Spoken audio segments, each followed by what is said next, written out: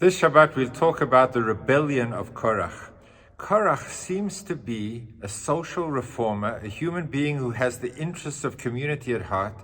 He is working for social justice. He wants equal rights for everyone. He says, Kol ha'am kulam gadoshim. The entire Jewish people is holy. Madua titnasa'u. Why do you, Moses, give a position of authority and greater holiness to some over others? Aren't we all equal? He seems to really care for the average citizen. But in actual fact, we know Korach was driven by ego. He had his own agenda. He was looking for personal power and grandeur. And because of that, he brings about death, loss, mayhem, plague, terrible consequences as a result of Korach's rebellion.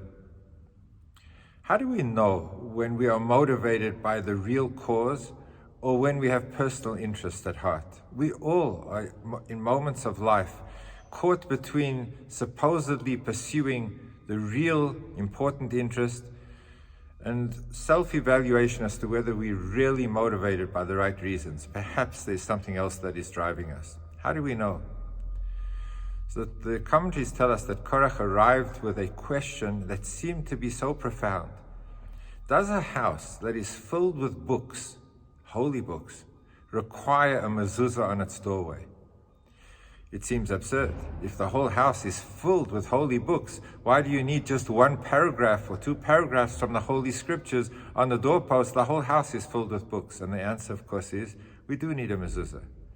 What was behind his question was if a community, a people, Israel, is so holy, so filled with holy people, why do we need a Moses? Why do we need one individual that stands apart? Why do we need a mezuzah if the whole house is filled with holy books? Why do we need a Moses if our whole people is filled with such holy individuals?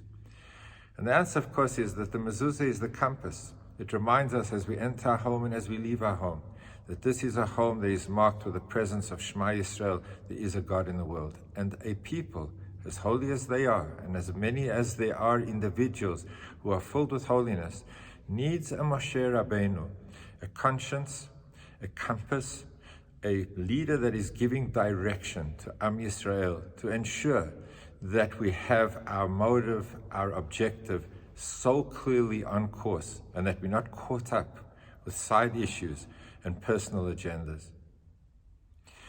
It's this Shabbat too that we commemorate 28 years since the passing of the Lubavitcher Rebbe, my mentor, a leader to world Jewry, as described by Chief Rabbi Jonathan Sachs, as there are leaders who create followers, but then there are leaders that create leaders.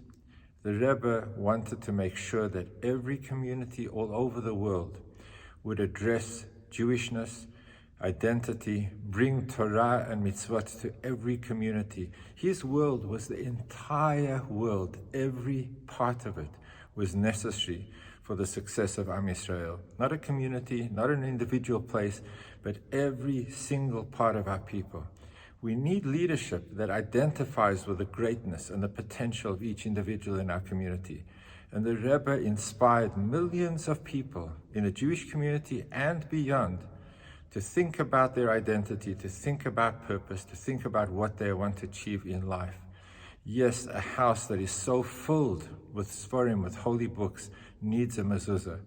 And it is the Rebbe's leadership that continues today through our efforts and through the efforts of leaders all around the world, wanting to focus on bringing Torah and mitzvot to every single Jew and bringing the entire world to liberation and to the coming of Mashiach, to a world that is filled with redemption.